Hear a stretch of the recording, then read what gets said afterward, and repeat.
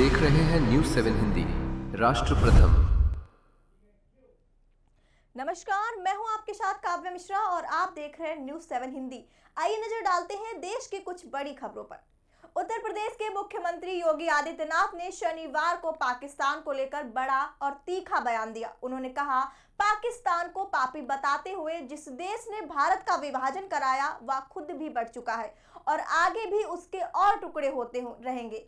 यह बात उन्होंने मियानपुर में आयोजित एक कार्यक्रम के दौरान कही, जहां उन्होंने बांग्लादेश से विस्थापित हिंदू परिवारों को भूमि स्वामित्व प्रमाण पत्र वितरित किए। इस मौके पर मुख्यमंत्री ने एक और बड़ा ऐलान किया। उन्होंने कहा, मियानपुर गांव का नाम बदलकर अब रविंद्र नगर रखा जाएगा। यह नाम गुरुदेव रविंद्रनाथ टैगोर के सम्मान में रखा जा रहा है। उन्होंने कहा कि यह बदलाव गांव की पहचान को नई दिशा देगा और यहां बसे लोगों को उनकी सांस्कृतिक जड़ों से जोड़ेगा।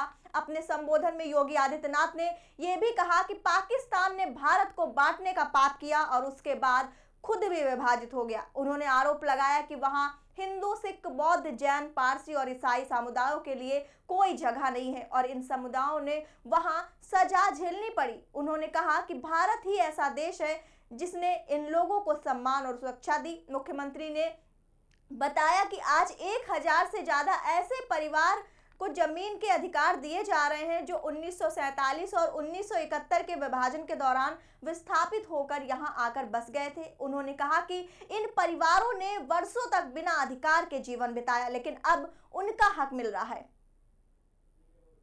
आप देखो पाप किस हद तक बोलता है। जिस बांग्लादेश ने इन्हें ठुकराया, जिस पाकिस्तान के पाप के कारण इन पर अत्याचार हुआ था, उस बांग्लादेश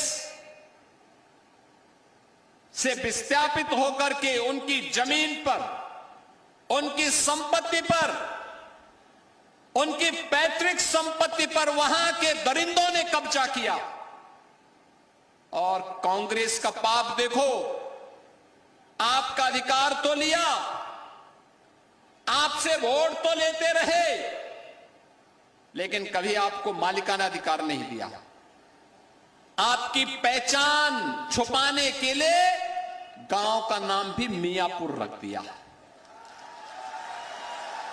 आप सोचो, एक भी मियां नहीं, लेकिन नाम मियापुर। अब ये मियापुर नहीं रहेगा। अब बांग्लादेश से आए हुए इन बंदों की इस बस्ती का नाम रविंद्र नगर होगा। रविंद्र नगर, गुरुदेव रविंद्र।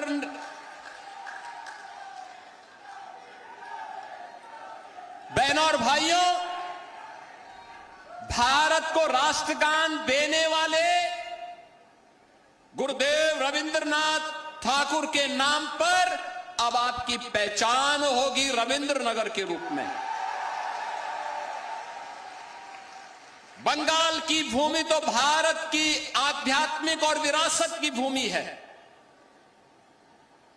भारत को राष्ट्रगान गुरुदेव रविंद्रनाथ ठाकुर ने दिया और भारत का राष्ट्रगीत भी बंकिम चंद्र चट्टोपाध्याय जी ने दिया। यह वर्ष राष्ट्रगीत वंदे मातरम के 150 वर्ष पूर्ण होने का वर्ष है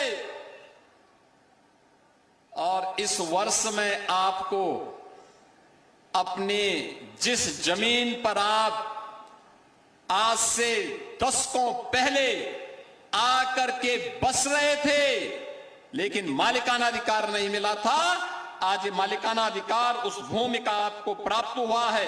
इस अवसर पर मैं आप सबको हृदय से बधाई देता हूं, अपनी शुभकामनाएं देता हूं और दशकों पूर्व जो वायदा आपके साथ, अधूरे वायदे आपके थे, आज मोदी जी की ओर से उसको पूरा करने के लिए मैं आपके बीच आया हूं। आज उसी वायदे को, और ये वायदा ही नहीं है, ये न्याय, सम्मान और उस मानवीय पक्ष को लेकर के भी हम लोग आए हैं।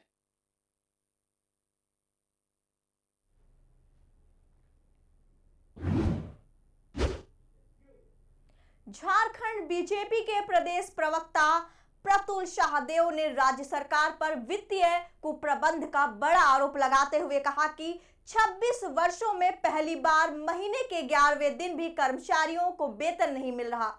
मौजूदा वक्त में राज्य के 2,35,930 स्थायी अधिकारी कर्मचारी और करीब 45,000 संविदा कर्मी का वेतन इंतजार कर रहे हैं। इन कुल 2,75,000 कर्मियों पर आश्रित करीब 15 लाख लोग के सामने राशन, बच्चों की फीस और ईएमआई भरने का संकट खड़ा हो गया है। प्रतुल शाहदेव ने सवाल उठाया कि क्या हेमंत सरकार अब हिमाचल प्रदेश की तर्ज पर वेतन देने के लिए कर्ज लेने वाली है। बीजेपी का दावा है कि सरकार ने राजस्व वसूली के लक्ष्य को पूरा नहीं किया और बजट आवंटन के बावजूद पैसा न होने के कारण खजाना खाली हो गया है। देखिए, सबसे पहले तो राज्य की वित्तीय स्थिति से आप अवगत हो जाएं। राज्य की वित्तीय स्थिति ऐसी है कि 31 मार्च को 22,000 करोड़ रुपए जो सरकार के बजट के हिसाब से बचा हुआ था वो खर्च नहीं कर पाई क्योंकि पैसा ही नहीं था। रेवेन्यू कलेक्शन नहीं हो पाया था सरकार का। ये इनका फाइनेंशियल मैनेजमेंट है या मिसमैनेजमेंट का है। दूसरी बात, जो ट्रेजरी घोटाला हुआ उसकी आप सीआईडी से जांच करा रहे हैं, तो सीआईडी क्या जांच करेगी साहब? सीआईडी से आप क्या एक्सपेक्ट करते हैं? पुलिस अधिकारी, एक पुलिस अधिकारी दूसरे पुलिस अधिकारी की जांच करेंगे? क्योंकि जिले के जो ड्राइंग एंड डिसबर्सिंग अधिकारी हैं वो अक्सर एएसपी या डीएसपी स्तर के होते हैं। तो हम सीबीआई और ईडी जांच की मांग करते हैं क्योंकि इसी से वो जो घोटाले के तारे खुलेंगे और पुलिस की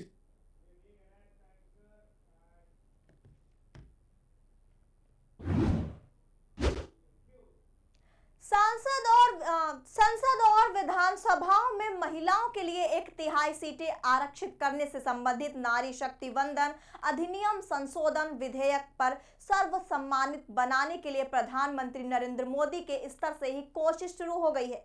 16 अप्रैल को विशेष सत्र में पेश होने वाले संविधान संशोधन विधेयक के लिए उन्होंने सभी पार्टी के नेताओं को चिट्ठी लिखी है। वर्ष 2023 में पारित हुए नारी शक्ति वंदन अधिनियम में संशोधन के बाद इसे 2029 से ही लागू किया जा सकेगा। इसके लिए सीटें भी बढ़ाई जानी है और इस लिहाज से परिसीमन भी होगा। शनिवार को सभी नेताओं को लिखे पत्र में प्रधानमंत्री ने कहा, 16 अप्रैल से देश की संसद में ऐतिहासिक चर्चा होने जा रही है। कोई भी समाज तभी आगे बढ़ता है जब महिलाओं को आगे बढ़ाने का, निर्णय लेने और नेतृत्व करने का अवसर मिलता है। मैं यह पत्र इसलिए लिख रहा हूं ताकि हम सभी एक संशोधन को एक स्वर में पारित कराने के लिए एकजुट हो सके। कांग्रेस की ओर से चुनाव के बीच इस विधेयक को लाए जाने पर आपत्ति जताई जा रही है और कहा जा रहा है कि सरकार चुनाव में इसका श्रेय लेना चाहती है। प्रधानमंत्री ने अपने 2 पन्नों के पत्र में कहा कि यह अवसर किसी पार्टी या व्यक्ति के ऊपर है। बहनों, बेटियों से एक बात करना चाहता हूं। भारत ने तय किया है कि 2047 में जब हमारी आजादी के 100 साल होंगे तब तक हमने विकसित भारत बना के रहना है। लेकिन मेरे 2-2.5 दशक के सरकार के मुखिया के रूप में जो मेरे अनुभव है, उस अनुभव के आधार से मैं कह सकता हूं कि हमें विकसित भारत का लक्ष्य हासिल करना है तो हमें हमारी मातृशक्ति को, हमारी नारी शक्ति को, उनके पूर्ण सामर्थ्य का राष्ट्र के विकास में जोड़ना ही होगा। हमने कुछ वर्ष पहले नारी शक्ति वंदन अधिनियम पारित किया था और सभी राजनीतिक दलों ने सहमति से किया था और सबकी इच्छा है कि 2029 में जब लोकसभा के चुनाव होंगे तब हमारे देश की नारी शक्ति को जनप्रतिनिधि के रूप में लोकसभा में, विधानसभाओं में 33% स्थान मिलना ही चाहिए। पिछले कुछ दिनों से हम सभी राजनीतिक दलों से बातचीत कर रहे हैं।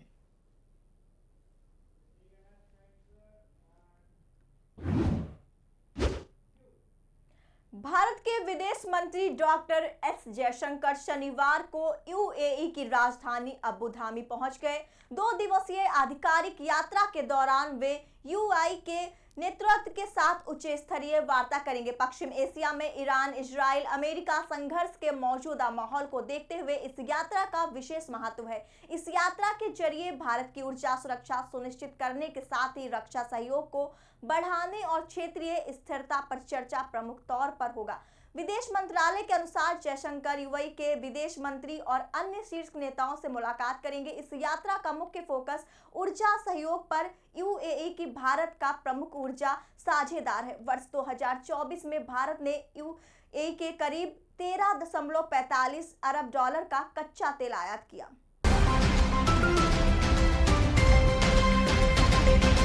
आप देख रहे हैं न्यूज़ 7 हिंदी। राष्ट्र प्रथम।